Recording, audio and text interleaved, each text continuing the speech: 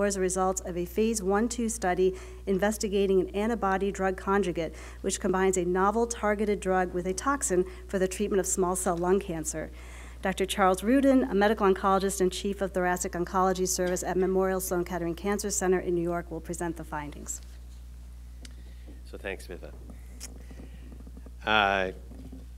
Happy to review with you the results of the trial I just presented 5 minutes ago.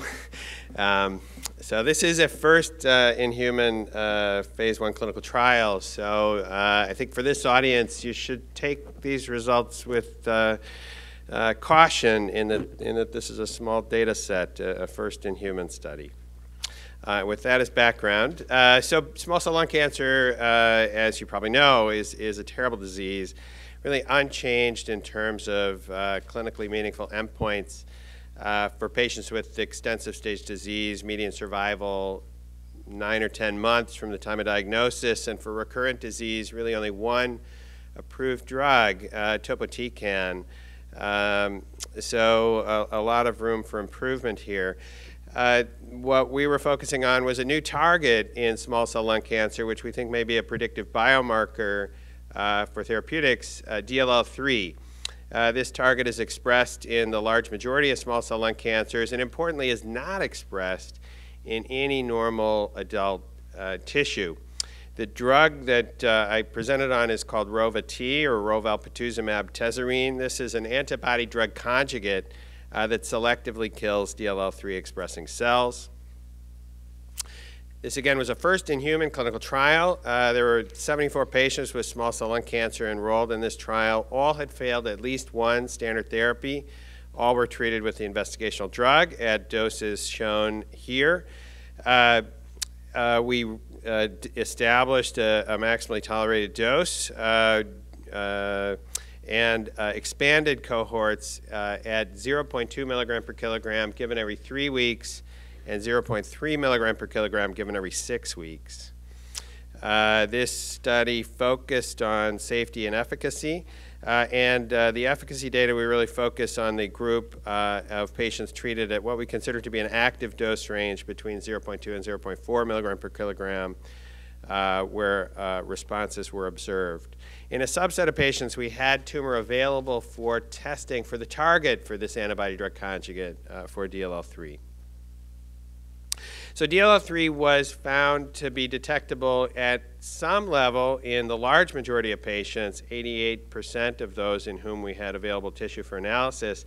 I think importantly for this study, 2/3 of the patients, 67%, had what we're defining as high-level expression of the target, that is detectable expression by immunohistochemistry in at least 50% of the tumor cells.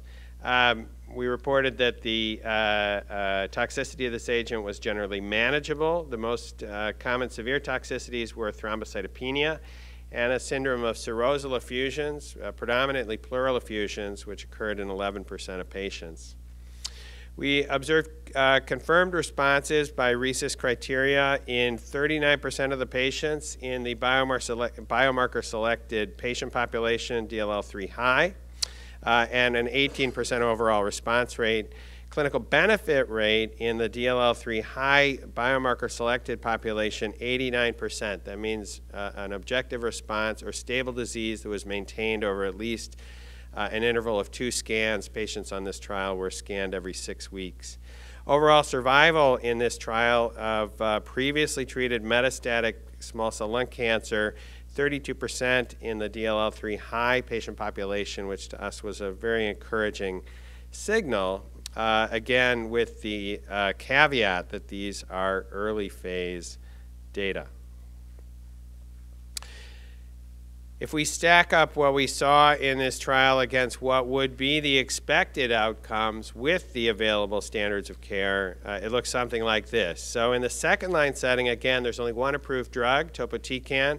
It has about a 17% response rate in the context of chemosensitive relapse disease. That's defined as disease that responds to chemotherapy and in which those responses are maintained for up to 90 days. In contrast to Rova-T, again, small numbers, but very high response rate here compared to the standard of care, and improvement numerically in the context of chemo-resistant and refractory disease, with 1-year survival data that look promising, I would say, in both contexts. Even within the third-line setting where there is no FDA-approved therapy, there are reported retrospective series. This is a large series reported a couple of years ago of a variety of drugs used in the third-line setting for small cell lung cancer with reported response rates retrospectively of about 18%. Small numbers in this trial in the third-line setting, but with Rova-T we're seeing a 50% response rate and 33% survival at 1 year. Impressive numbers, again, with caution, small numbers, but these data really look promising to us as a novel therapeutic class for small cell lung cancer. So in conclusion, a new type of therapy for small cell lung cancer, an antibody-drug conjugate, biomarker selected. We demonstrate single-agent activity in the context of recurrent and refractory small cell lung cancer with comparable responses in the second and third-line settings. Responses and survival numerically improved versus historical controls. Again, take that with caution. The confidence intervals on these data are very wide.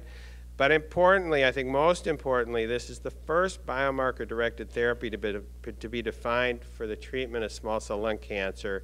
And this is a biomarker that's expressed in the large majority of small cell lung cancers, so a biomarker that may be really of utility for the management of these patients. This drug at the defined MTDs, at the recommended phase 2 dose, has a manageable safety profile. And I think these results clearly justify further clinical development of this agent. We're currently enrolling to those studies.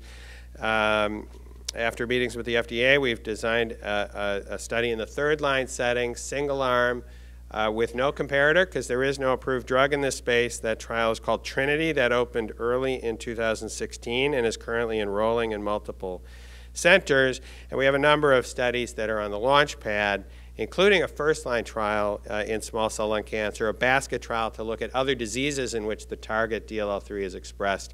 And we're also exploring combinations with immuno-oncology agents that will probably launch later this year as well. With that, I'll stop. Thanks.